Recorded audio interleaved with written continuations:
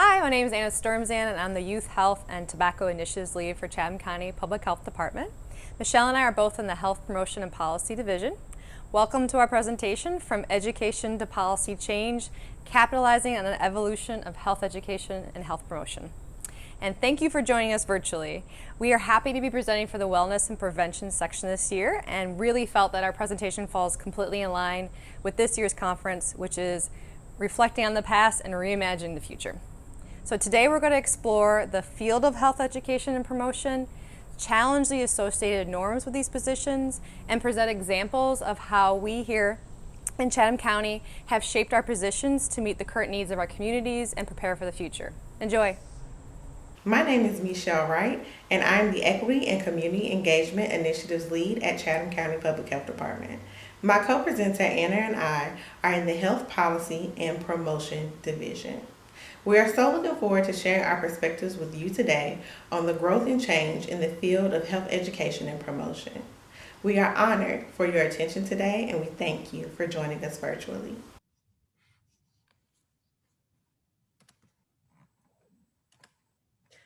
As we shared, we work at Chatham County Public Health Department. Chatham is a rural community located close to Durham, Orange, Wake, and Guilford counties. The close proximity to major urban areas provides Chatham with opportunities to collaborate with larger health departments and benefit from progressive actions close by. Siler City, located in the western part of the county, has the highest percentage of Hispanic Latinx households in the state. Our other demographics are considered to be on par with the rest of the state. Welcome to Chatham County. So the field of health education and promotion can often be overlooked and undervalued in public health, due in part to both misperceptions within the public health community and among the general public. Many of our colleagues assume that health educators simply educate individuals on how to live a healthy lifestyle. While many of our positions do include an education component to them, this definition excludes much of what health educators are trained to do, currently do, and are capable of doing. We must advocate for these positions and demonstrate their abilities in order to elevate our field. Health education and promotion is a broad profession that encompasses the heart of what public health stands for and acts on. However, in order to stay relevant, we need to align our current system with where we really are and where we're headed in the future. We strongly believe in the importance of health education and helping individuals obtain their best self, and we don't want to discredit the field in any way with this presentation. However, we know that education alone will not create the change we are seeking in the end. We also know that those in health education and promotion are fully capable and well poised to be leaders in public health. Our expertise is not solely in education. Many of us are trained in system level change and multiple level intervention strategies. So we must ask ourselves, why do we continue doing something that perpetuates inequities? Research shows that education has to be supported by changes that remove barriers that negatively influence individual choice. Our growth is essential to the innovation of public health strategies and sustainable changes. When it comes to hiring and creating job positions, we will need to look beyond person to person to the system level changes that are needed. What we will talk about today is in no way new or not been said before, but we felt it was important to continue to engage in this conversation. We realize that not everyone or entity is in a position to make changes with their leadership or their organizations.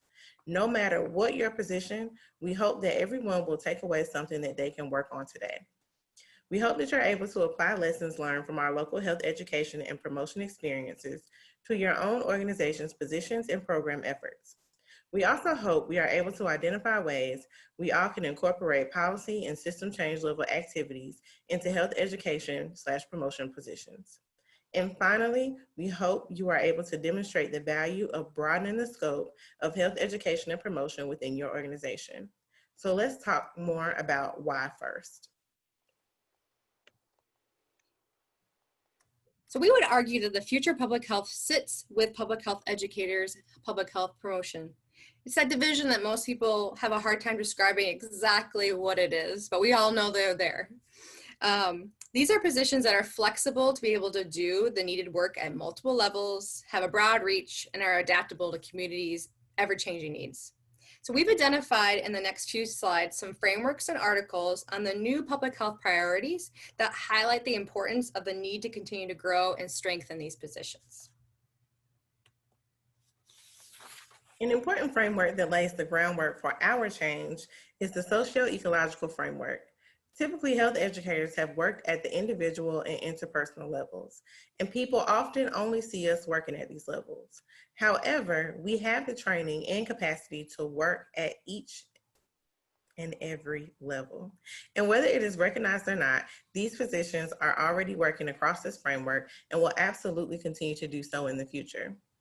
As a reminder, the individual level is about knowledge, attitudes, and skills, so working one-on-one to change personal behavior.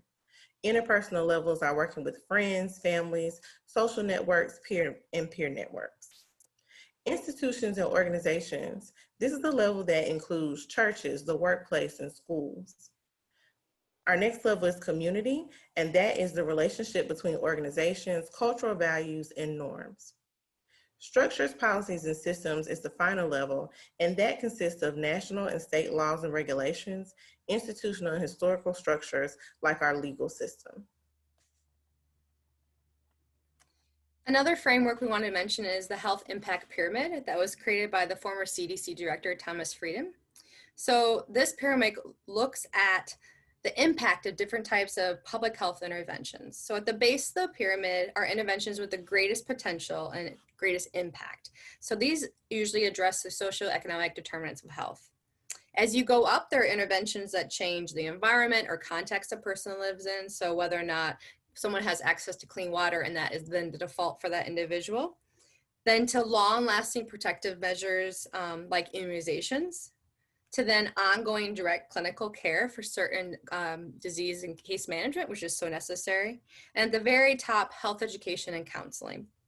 Interventions that focus on the lower levels of that pyramid tend to be more effective because they reach broader segments of society and they require less individual effort or behavior change. Implementing interventions at each of these levels can achieve the maximum possible sustained public health benefit. So this pyramid causes us to think that we have to be strategic about what activities give us the most bang for our buck and impact.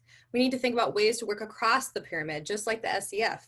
We always have to be thinking about making something sustainable. Would it happen with you not there? Also, how can we work more on the socioeconomic determinants of health that may be more controversial, harder, and take more time to implement, but get to the root cause of many of the health outcomes we seek? So many of our positions have been transitioning to work across all these levels and not just the little triangle at the top. Public Health 3.0 is something that I'm sure many of us have heard about. Public Health 3.0, a call to action for public health to meet the challenges of the 21st century, is an article that provided a framework for viewing our progression in health education. In 2016, the U.S. Department of Health and Human Services launched the Public Health 3.0 initiatives and hosted listening sessions across the country. Local leaders and community members shared successes and provided insight on actions that would ensure a more supportive policy and resource environment to spread and scale this model. Recommendations describe the upgrade that is needed to move public health from its current state of managing lots of different activities and outcomes to one that strategically focuses on social determinants of health and wellness and crosscuts across all these disease stovepipes and funding streams that we have created. Public Health 3.0 model is one in which leaders serve as chief health strategists, partnering across multiple sectors and leveraging data and resources to address social, environmental, and economic conditions that affect health and health equity. This holds a lot of opportunity for public health and for health education and promotion positions that have been and are already operating like this.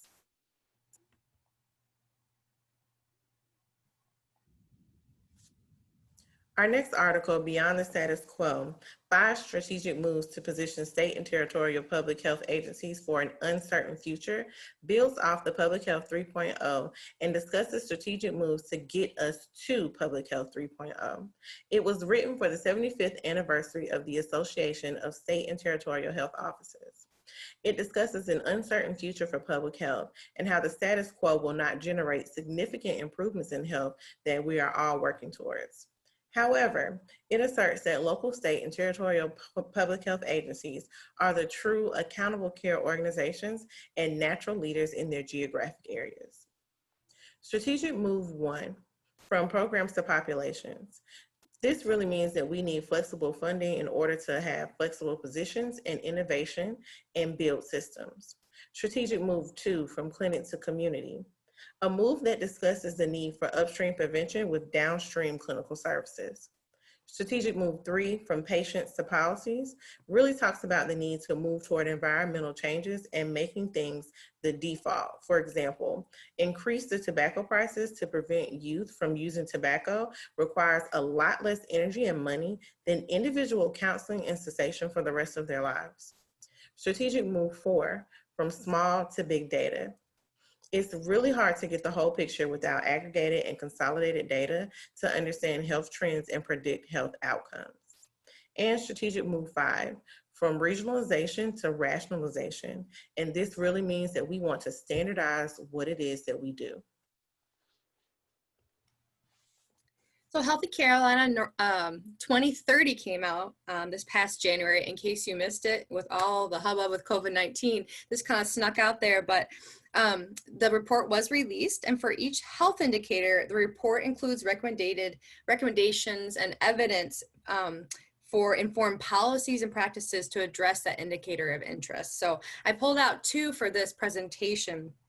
So the first is improving access to healthy foods. So recognizing that improving access to healthy foods will in turn help people consume more healthy food, several ideas are listed in the report.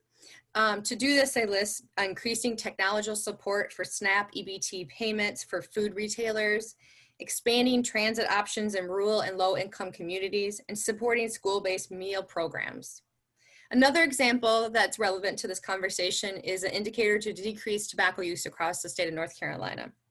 So they mentioned things like increasing access to standard of care tobacco treatment, licensing tobacco retailers, and implementing high impact media campaigns and decreasing advertising and the marketing that are appealing to youth as strategies to decrease tobacco use. Equity is also woven throughout these goals, and these are examples of addressing equity and not equality, removing barriers consistently across structures to benefit marginalized communities. So it's nice to see them woven throughout and not a separate thing that we're looking at. What we don't see are things like educate people on the harms of tobacco use or teach people which foods are good and bad. There's always definitely room for education and a need for this sort of direct individual intervention. But if we only stay in that lane, we're never going to get to accomplishing these big goals of decreasing tobacco use or improving access to healthy foods. These are large, long-term strategies that require staff that know an issue well, know their community well, know what the evidence says, and know how to bring people together from 7 different backgrounds and arenas. You also need people that are there for the long term, not just a 2-year grant funded position. There are no other sectors within public health that are better equipped to take the lead on these strategies like those in health education and promotion. And so now we'd like your input. Please take this opportunity to copy and paste this link, and we'll give you some time and then join us again for the rest of the presentation.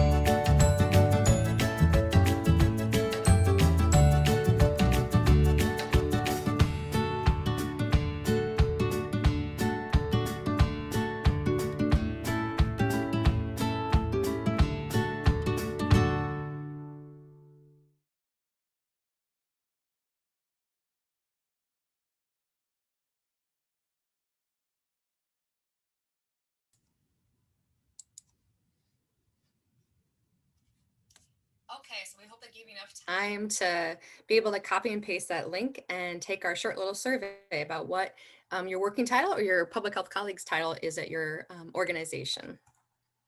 We really appreciate you doing that.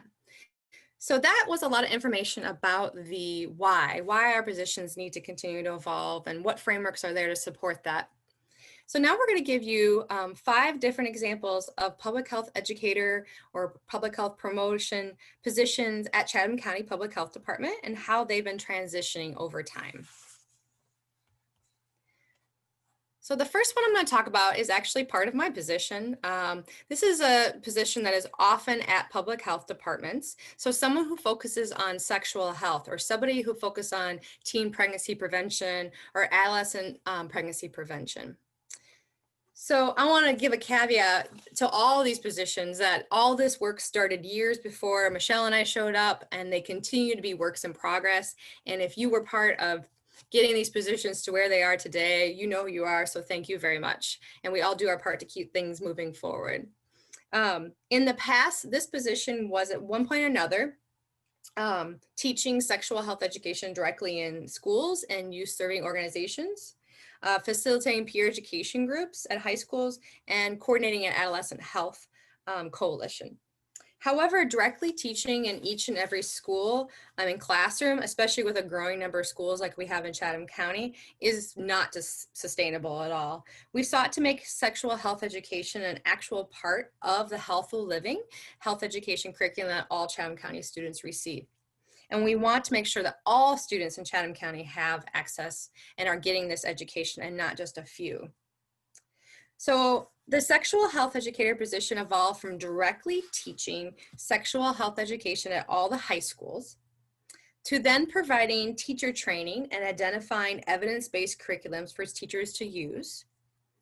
We then transitioned to working with the Board of Education and the school district to adopt district-wide guidance on sexual health and reproductive health education that now ensures that sexual health education is going to be taught at all schools and all have the same message.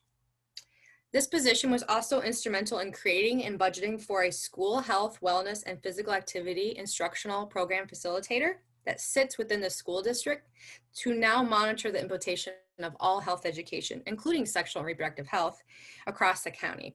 So instead of one person at the public health department running around and teaching classes at some high schools and maybe getting to 1/4 of all the students, we now have a position that's making sure that sexual health education includes all students and all teachers in the county. And that's just one topic. They're covering all health education. This position is also helping right now to input 6th through 9th grade reproductive health and safety, that's your sex ed health relationship unit, lessons into a district-wide virtual platform for all teachers to use, especially being virtual. My position now collaborates with the school district to ensure that there's evaluation of health education, which includes sexual and reproductive health, across the entire county, across all the schools. Once in a while, I still teach at-risk youth groups on sexual health. I still coordinate a high school peer education club, and I'm still a resource for students and teachers, providing technical assistance to them when needed. But we've worked really hard to incorporate other levels of the SEF, the policy and the organizational levels into this work. And we can now say that we are seeing sustainable changes being made to improve the sexual health outcomes in Chatham County. Another position that local public health departments generally have is someone who's focused on tobacco, and like me, is shared and has been shared by many people in the past. This position has evolved like others over time, and it started with a grant youth tobacco prevention, TRUE funds, about 10 years ago or so. So in the past, somebody that would have covered tobacco in a public health educator role would have been asked to speak at schools, teach classes about the harms of tobacco, lead TRUE groups, provide individual tobacco cessation counseling to people one-on-one basis. We then moved this position to be able to host group evidence-based tobacco cessation classes, to then working with medical and behavioral health providers to incorporate tobacco cessation, referrals, and standard care treatment into their practice. The position also led the effort to pass tobacco-free county ordinance last year, and that prevents employees and visitors from using tobacco, including e-cigarettes, on any county building grounds or parks. The position now manages a tobacco strategy for the county, and it monitors the implementation of the county ordinance with a county employee working group that's shared among DSS, the sheriffs, human resources, and the manager's office. Instead of teaching in classrooms, this position sought a virtual student tobacco cessation text messaging service with the Truth Initiative and set up a contract between the public health department and the school district to have a free text messaging service delivered to all students who are caught in violation of the tobacco policy. So this position still works with youth organizations, provides TA, especially for at-risk youth and youth serving organizations, parent groups occasionally, but it's more there to set up a support system for teachers and the school health and wellness position I just demonstrated before to be able to provide evidence-based curriculums and lessons to them and serve as a resource. And that way we're reaching all Chatham students that way and not just ones in which a public health educator could get to each day. Our third position is the public health educator that works with the faith community. So it's important to know that this role was also shared among 1 to 2 health educators, and it was previously grant funded, but has since evolved to be a full-time county funded position focused on the faith community and health equity. The faith community public health educator position transitioned from providing direct health education to churches who were involved in a program called the Lightweight program. And so we were able to participate with specific churches and participate in health fairs, offer trainings on how to prepare healthy foods, and do a lot of one-on-one engagement. We also we transitioned from the one-on-one engagement to countywide faith-based health promotion group that meets on a monthly basis. This group focused on developing policies and plans with the faith community that create sustainable changes. This role also took on new opportunities to provide data to the county on health equity issues identified by communities with higher rates of poor health outcomes. The equity work really began to take off as the challenge to address chronic illness and disparate outcomes continued to rise to a full-time priority. An example of some of the work that is being done in health equity is the Embrace program, Equity for Moms and Babies, realized across Chatham. It is a grant managed in collaboration with our local hospital and safety net care provider. Its primary goals are to change disparate maternal and child health outcomes in the most vulnerable communities. The work done through this grant is about multi-level change across various systems, addressing individual bias between provider and patient, addressing barriers to care within the local community, and working to build good rapport within diverse communities. Additionally, this position also manages the class committee. It is a committee that focuses on culturally and linguistically appropriate service standards. It functions as a somewhat internal equity team that reviews policy, program delivery, and customer service. We have moved from education to looking at organizational structures, looking at what it is that we can do to ensure that service is delivered in a way that is equitable to communities all throughout Chatham County. So our fourth example is our physical activity and nutrition position. So this is a topic that often public health educators have in their wheelhouse as well. And again, it could be shared or a full-time position, depending on your public health department. This one has changed a lot throughout the years. So in the beginning, or 10 years ago or so, this position might be found teaching classes about the importance of physical activity and nutrition with individuals and groups like the schools, classrooms, and the Council on Aging. And then they may have also done a lot of employee challenges at that time. Then they moved to really analyzing healthy food access and working with corner stores, to then partnering with medical providers on a program called Exercise is Medicine, where doctors and physicians recommend as part of the care treatment program to do specific types of physical activity with the organization and do a direct referral. This position has also facilitated worksite wellness programs and now focuses on the built environment and supporting organizations that encourage physical activity. So building trails, greenways, getting playground equipment. This position has also been really successful at working with towns and our county's planning departments to insert health into policy and plans, the health in all policies framework. Another example is in that realm is that they have inserted a health element into Chatham County's comprehensive plan, Siler City's pedestrian master plan, which includes healthy food access, and then Siler City and Pittsburgh's parks and recreation plan, in addition to other municipalities' land use plans. There's all health elements in these plans now. In addition, this position still works at the individual level and interpersonal level. So maybe they partner with the YMCA to promote physical activity with their youth, connect organizations and people to their programs. We still provide targeted pre-diabetes and diabetes management classes and medical and nutritional therapy for our clients. The last position we want to highlight today is our child care health consultant, who is also classified as a public health educator 2 position. 5 years ago, this position provided direct consultation, recommendations, and guidance to child care facilities, education for parents, child health and safety assessments, education, training, and consultation to child care providers.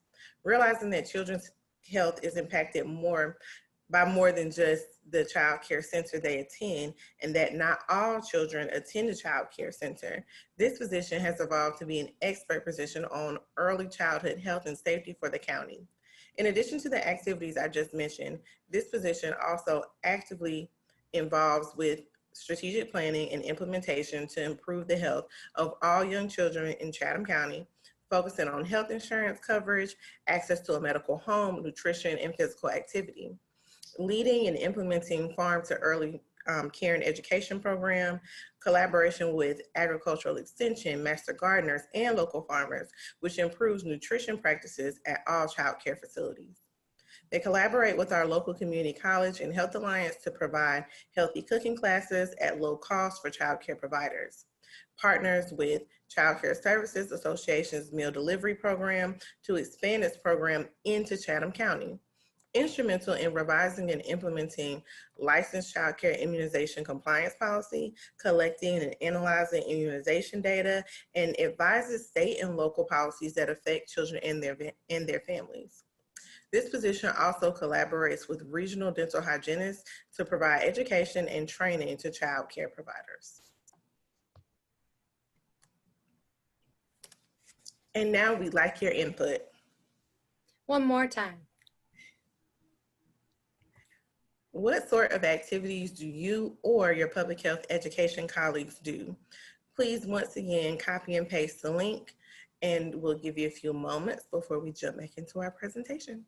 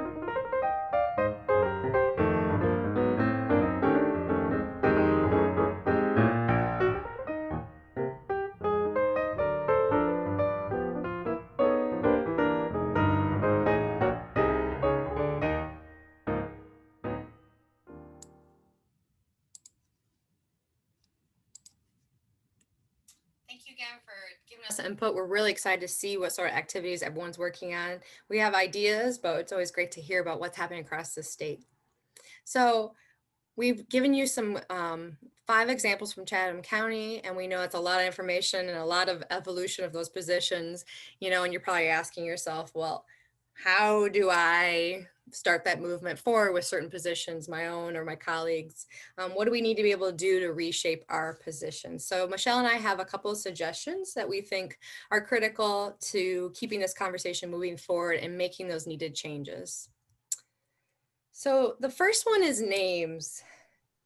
One of our dilemmas in our profession is that everyone comes from various backgrounds. So there's not like one school, like I want to be a dentist, so I go to dentistry school, and everyone understands what that means. There's not one school or one background that everybody goes to get to our point. So we have people that come from public health, come from health education, come from community health education, health behavior, social science, behavioral health, anthropology, health policy and management. Ooh, there's a lot. So that's confusing sometimes to people. Which is fine. It can be I think it's an asset that we can utilize, that we have a lot of people coming from different backgrounds that end up in these professions, but it is hard to navigate sometimes. So having a common name that we can use is really important. And we know that it's not possible or quick to do name changes at higher levels, but we have found that we were able at Chatham County to rebrand our division or unit name. So we used to be called Community and Family Health Connections, and at one point we were just Health Education, and now we're Health Promotion and Policy. And we really like this because it says exactly what we do. It's not as fluffy as other names in the past. And we were able to make that internal change. Another thing is job titles. Boy, job titles are so important. It signals to the rest of the world who you are and what you do each day. And we believe that the current constraints that are placed on local health departments and the very narrow public health educator 1 and 2 really don't allow for much creativity or flexibility in who we can hire and what they can do. But what we can do is we can do internal changes to our working titles. So since I've been here, we've changed our names a few times, but we were health promotion coordinators. And then about 1 year ago, we decided, coordinator is not really encompassing all that we're doing, and often a name that's associated with female roles, and we didn't want that anymore. So we were able to get our internal working title names changed to mine, Youth Health and Tobacco Initiative Lead, and Michelle's Equity and Community Engagement Initiative Leads. We might just say we're Health Promotion and Policy Initiative Leads. And we're definitely thinking towards the future where this might be Public Health Manager. We know Orange County has gotten their working title changed to be Tobacco Education Public Health Manager, managing a big umbrella-like program, tobacco, for example. So we also just saw Gaston County's job position come out, and we want to applaud Gaston County. They have a position, Manager of Health Equity Outcomes. And so we were really pleased to see that, because that's what we're thinking too, and for titles, working titles in the future. We also need to work with our human resources and supervisors to try to get away from the state classification system when it doesn't work, and to use more county-specific classification systems like some counties have started to do. The state classification system does ensure, certain qualifications and monetary benefits, but it really also inhibits, like I said, creativity and the ability of a county to develop a position that truly serves the need of the county. It also doesn't allow for that position to adapt or change to any of the challenges that happen in the future. So while we know this is difficult to do, this is one of our suggestions and things that we think need to happen for the future of this profession. Another important thing for the future of our profession is to create sustainable positions. Supervisors have to advocate for their employees. We need non-grant funded positions that can adapt to the needs of the community, be more cross-cutting, and not be directed solely by what the grant funder says. We also need tiered levels and opportunities for growth. So we know that we can come in as entry level, we can be public health educators, public health educator 2s, but we also need the opportunity to expand our leadership skills, to be able to say that we have progressed from coming in and doing education to a role that if there was capacity, we could be doing supervisory work, and we do supervisory work when we are providing technical assistance outside of the health department with our partners and working collaboratively.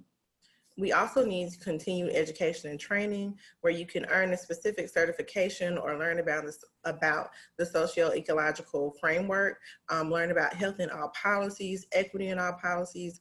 There are lots and lots of training and certifications that are available to us. We need to make the financial case. Doing things that have a bigger impact is cost effective in the long term. We need to support one another. We need to collaborate together. We do not have to wait for others to call together a regional group. We can find ways to work across county lines and even state lines to talk about what it is that we want to do and the changes we want to see. We need to have pilot programs, we need to evaluate them, and we need to demonstrate our abilities to leadership to our supervisors, to our health directors, so that they are able to have a greater understanding of what we bring to the table and how we are assets to the health department, moving from health education into true promotion and policy structural changes and being able to act as advocates within our communities.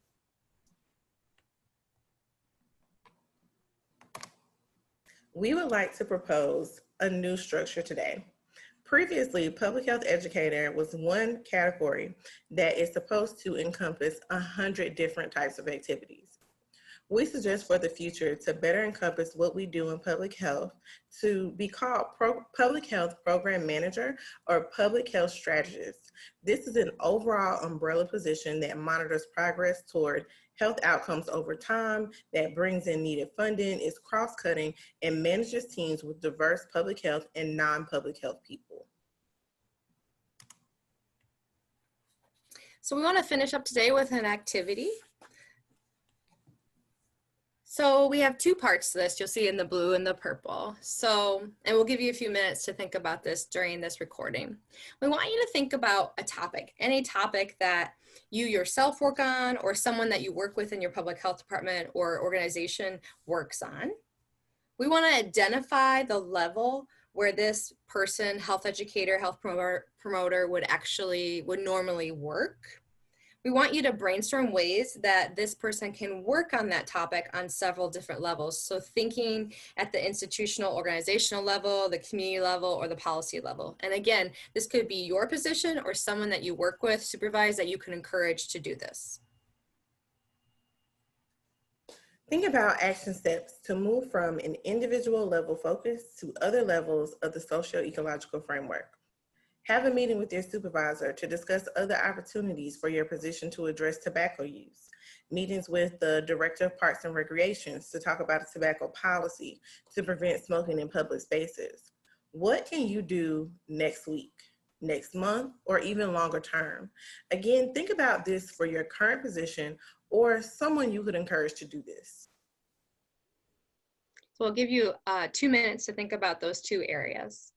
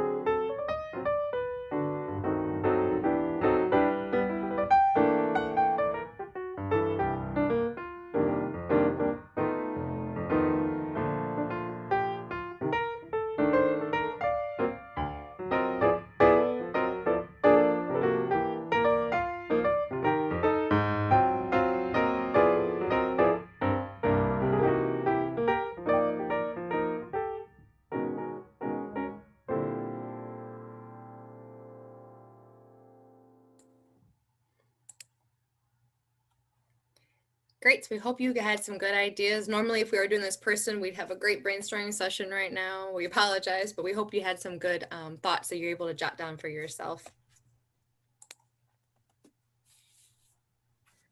Please feel free to reach out to us. Public health educators have the training to do work at the population and systems level and can keep pushing local health departments to think that way, especially to those with more of a background in individual health.